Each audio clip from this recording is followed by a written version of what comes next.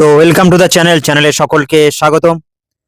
তো আজকে স্কুলের গ্রুপ সি এবং ডি পদের সম্পূর্ণ গাইড আমরা দেখে নেব, ঠিক আছে। তো দেখো, রোপা 2019 অনুযায়ী বেতন কাঠামো ও সুনির্দিষ্ট দায়িত্ব এবং শৃঙ্খলার রূপরেখা আমরা দেখে নেব। দেখো, আলোচনার মূল বিষয়বস্তু কী কী হবে: পদের প্রকারভেদ, গ্রুপ সি এবং ডি এর প্রকৃত বিভাজন, কাজের পরিধি আমরা দেখে নেব, প্রতিটি পদের সুনির্দিষ্ট দৈনন্দিন দায়িত্ব আমরা দেখব, শৃঙ্খলা ও সতর্কতা, চাকরির সুরক্ষার আইনি ও পেশাগত নিয়মাবলী, বেতন কাঠামো আমরা দেখব 2019 অনুযায়ী বেতনের নিখুঁত হিসাব আমরা এই ভিডিওতে দেখে নেব। দেখো, স্কুলের দুই মেরুদণ্ড, প্রশাসন এবং পরিষেবা। তো গ্রুপ সি ক্লার্ক, প্রশাসনিক কার্যাবলী, স্কুলের অফিসিয়াল এবং আর্থিক কাঠামোর রক্ষণাবেক্ষণ, ঠিক আছে। এবার পরিষেবা, গ্রুপ ডি, এখানে কি কি পদ: পিওন, ম্যাট্রন, ল্যাব অ্যাসিস্ট্যান্ট, এগুলো পদ রয়েছে। এখানে কি পরিষেবামূলক কার্যাবলী রয়েছে, স্কুলের দৈনন্দিন কাজের পরিবেশ ও পরিষেবা সচল রাখা এখানে কাজ, ঠিক আছে। তাহলে গ্রুপ সি কিন্তু স্কুলের অফিসিয়াল ও আর্থিক কাঠামোর রক্ষণাবেক্ষণ কাজ করতে হবে। গ্রুপ ডি যে পদগুলো রয়েছে, পিওন, ম্যাট্রন, ল্যাব অ্যাসিস্ট্যান্ট, তারা কিন্তু স্কুলের দৈনন্দিন কাজের পরিবেশ ও পরিষেবা সচল রাখবে। তো এইভাবেই সুষ্ঠু স্কুল পরিচালনা হবে। কিন্তু স্কুলের কাজ সুষ্ঠুভাবে পরিচালনার জন্য এই দুটি পদের গুরুত্বই একে অপরের সমান কিন্তু, ঠিক আছে। এবার দেখো গ্রুপ সি, প্রশাসনিক মেরুদণ্ড। তো এবার দেখো গ্রুপ সি কি কি কাজ করতে হয়। প্রথমে রয়েছে সিস্টেম ইঞ্জিন, সেটা হচ্ছে ক্লার্ক ছাড়া স্কুলের কাজ সম্পূর্ণ অচল।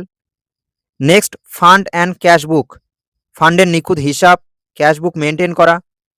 নেক্সট, ফাইল ম্যানেজমেন্ট, স্কুলের যাবতীয় ও অফিসিয়াল ফাইল রক্ষণাবেক্ষণ। অ্যাডমিশনস, নতুন ছাত্রছাত্রীদের ভর্তির যে প্রক্রিয়া তা সম্পূর্ণ করা। Next, TC issue, transfer certificate, TC issue করা। তো এসব কাজ গ্রুপ সি পদে যারা থাকে তাদের করতে হয়, ঠিক আছে।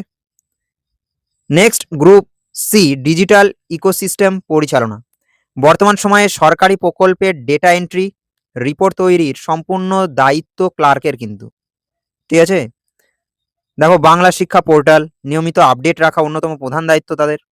রূপশ্রী, মিড ডে মিলের রিপোর্ট, সবুজ সাথী সম্পর্কে ইনফরমেশান, কন্যাশ্রী প্রকল্পের ইনফরমেশান, সবগুলো কিন্তু ডে টু ডে আপডেট রাখা বা সাইটে আপডেট করানো কিন্তু কাজ, ঠিক আছে।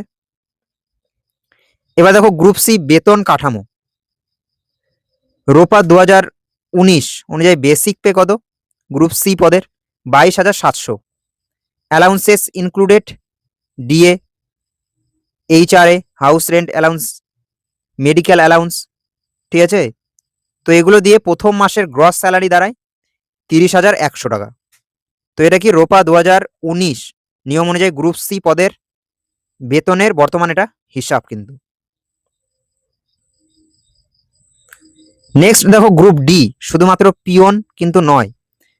সাধারণ ধারণা হলো গ্রুপ ডি মানেই পিওন, কিন্তু স্কুল সার্ভিস কমিশনের অধীনে মূলত 3 ধরনের আলাদা আলাদা পদ কিন্তু রয়েছে, ঠিক আছে। তো গ্রুপ ডি সেখানে কি পিওন রয়েছে, ম্যাট্রন, ল্যাব অ্যাসিস্ট্যান্ট পদ কিন্তু রয়েছে, ঠিক আছে। শুধুমাত্র ওই পিওন পদ, সেটা কিন্তু ভুল ধারণা এখানে। দেখো গ্রুপ ডি 3টি পদের সুনির্দিষ্ট দায়িত্ব আমরা দেখে নেব। দেখো এখানে পিওন পদে কি কি কাজ করতে হয়: অফিস থেকে ক্লাসরুম নোটিশ পৌঁছে দেওয়া, অফিসিয়াল ফাইলগুলো সাজিয়ে রাখা, সময় মতো স্কুলের ঘন্টা দেওয়া, অফিস ও স্টাফ রুমের পরিচ্ছন্নতা তদারকি করা, এসব কাজ কিন্তু পিওনের দায়িত্ব। Next, matron. তো ম্যাট্রন পদে কি কি কাজ করতে হয়? সাধারণত গার্লস বা কোয়েট স্কুলে নিযুক্ত হন কিন্তু ম্যাট্রন। ছাত্রীদের শারীরিক সমস্যা বা অসুবিধা দেখাশোনা করা, শিক্ষকদের জানানো, ঠিক আছে। তো এটা কিন্তু ম্যাট্রন যারা পদে নিযুক্ত হবে তাদের কাজ। নেক্সট প্রয়োজনে পিয়নের দায়িত্ব পালন করতে হতে পারে। ঠিক আছে। Next lab assistant.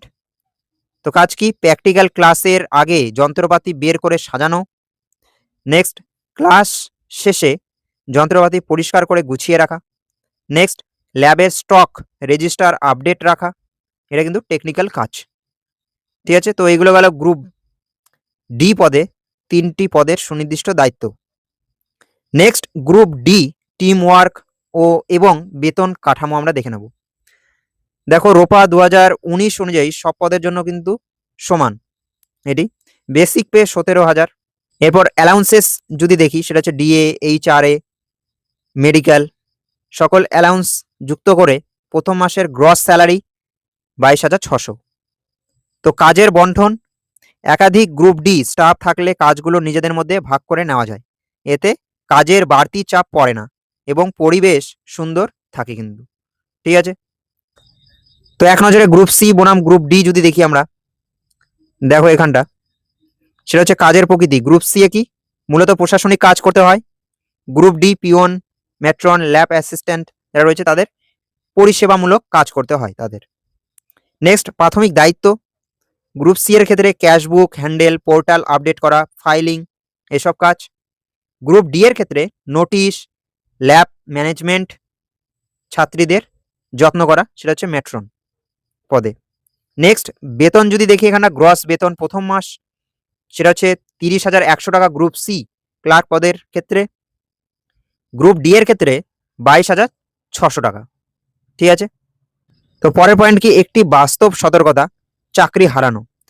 কঠোর পরিশ্রমে নিয়োগ পাওয়া যেমন জরুরি, নিয়ম মেনে চাকরি বজায় রাখা ততটাই কিন্তু গুরুত্বপূর্ণ। এখানে একটা ঘটনা দেখো, সেটা হচ্ছে 2016 সালের প্যানেলের একটি স্কুলে 4 জন অশিক্ষক কর্মী নিয়োগ পেয়েছিলেন। পদ যদি দেখি 2 জন ল্যাব অ্যাসিস্ট্যান্ট, 1 জন পিয়ন, 1 জন ম্যাট্রন। পরিণতি কি? আজ তাদের মধ্যে কেউই আর দায়িত্ব নেই। কারণ কি? নিয়ম সংক্রান্ত আইনি জটিলতা, শৃঙ্খলার এখানটা অভাব। তো এই সবের কারণ কি? শৃঙ্খলার অভাবের পরিণতি, আইনি পদক্ষেপ কি হতে পারে? ঠিক আছে। নিয়ম লঙ্ঘন করা, নিয়মিত দেরি করা, কাজে গাফিলতি বা ঊর্ধ্বতন কর্তৃপক্ষের নির্দেশ অমান্য করা। ঠিক আছে, যদি তোমরা করে থাকো। শোকজ নোটিশ, প্রাথমিক সতর্কবার্তা এবং কারণ দর্শানোর নির্দেশ, বিভাগীয় তদন্ত, বারবার অবাধ্য হলে ম্যানেজিং কমিটি দ্বারা আইনি তদন্ত করা হবে। ঠিক আছে। চাকরিচ্যুতি কি? চরম পরিণতি হিসেবে চাকরি চলে যাওয়ার কিন্তু সম্ভব রয়েছে। দেখো তুমি যে পদে রয়েছো সে পদে কিন্তু নিয়মিত তারা তদারকি করবে। যদি তুমি নিয়মিত দেরি করো, কাজে গাফিলতি বা ঊর্ধ্বতন কর্তৃপক্ষের নির্দেশ অমান্য করো, বা তুমি নিজের ইচ্ছে মতো কাজ করছো, কোনো কিছু শৃঙ্খলা বজায় রাখছো না, তাহলে কিন্তু তোমাকে নোটিশ দেবে অথবা বিভাগীয় তদন্তও কিন্তু তোমার উপরে হতে পারে। এর ফলে কি তুমি কিন্তু চাকরি হারাতে পারো। চাকরি পাওয়াটা বড় কথা এবং সেটাকে সামলে ভালোভাবে কাজ করা, নিজের দায়িত্ব বুঝে, সেটাও কিন্তু দরকার। তো এটাই আগের থেকে তোমাদের একটা ওয়ার্নিং। ঠিক আছে। নেক্সট ক্যারিয়ারের সাফল্যের চাবিকাঠি। দেখো কি করা উচিত। প্রধান শিক্ষক ও ম্যানেজিং কমিটির নির্দেশ যথাযথভাবে পালন করা, সহকর্মীদের সাথে সুসম্পর্ক ও প্রফেশনালিজম বজায় রাখা। নেক্সট জটিলতা তৈরি না করে কাজগুলো সহজভাবে সম্পূর্ণ করা। তো এগুলো কিন্তু যথাযথ মেনে চলতে হবে। যেগুলো এড়িয়ে চলবেন, স্কুলের স্বার্থ বিঘ্নিত হয় এমন যে কোনো কাজ না করা, সহকর্মীদের সাথে সরাসরি বিবাদে জড়িয়ে না যাওয়া। ঠিক আছে।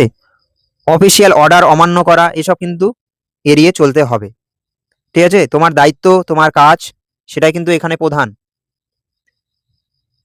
দেখো সার সংক্ষেপ যদি আমরা দেখি, তো নিজের পদের গুরুত্ব বুঝুন। প্রশাসন গ্রুপ সি, পরিষেবা গ্রুপ ডি, দুটি স্কুলের সুষ্ঠু পরিচালনার জন্য কিন্তু এই দুটি পদই কিন্তু স্কুলের সুষ্ঠু পরিচালনার জন্য অপরিহার্য। আর রোপা 2019 অনুযায়ী বেতনের কাঠামো স্পষ্ট আমরা ধারণা পেলাম। গ্রুপ সি এর প্রথম মাসের গ্রস প্রায় 30,000-এর উপরে, গ্রুপ ডি এর ক্ষেত্রে সেটা 22,000 প্লাস বেতন পাবে। প্রফেশনালিজম বজায় রাখুন, ভালো ব্যবহার ও শৃঙ্খলা আপনার সম্মান ও চাকরি দুটি সুরক্ষিত রাখবে, দুটিকে। তো এই ছিল আজকের ভিডিওতে একটা সংক্ষিপ্ত আলোচনা, কিছু গুরুত্বপূর্ণ তথ্য তোমাদের জানানো। তো আশা করি ক্লাসটি ভালো লেগেছে। তো ভালো লাগলে অবশ্যই লাইক করো, কমেন্ট করো, চ্যানেলটিকে সাপোর্ট করো। আস্তে আস্তে ক্লাস আসবে আরও ইম্পর্টেন্ট। যারা নতুন তারা চ্যানেলটিকে সাবস্ক্রাইব করে পাশে থেকো। তো থ্যাংক ইউ ফর ওয়াচিং। সকলে ভালো থেকো। Thank you.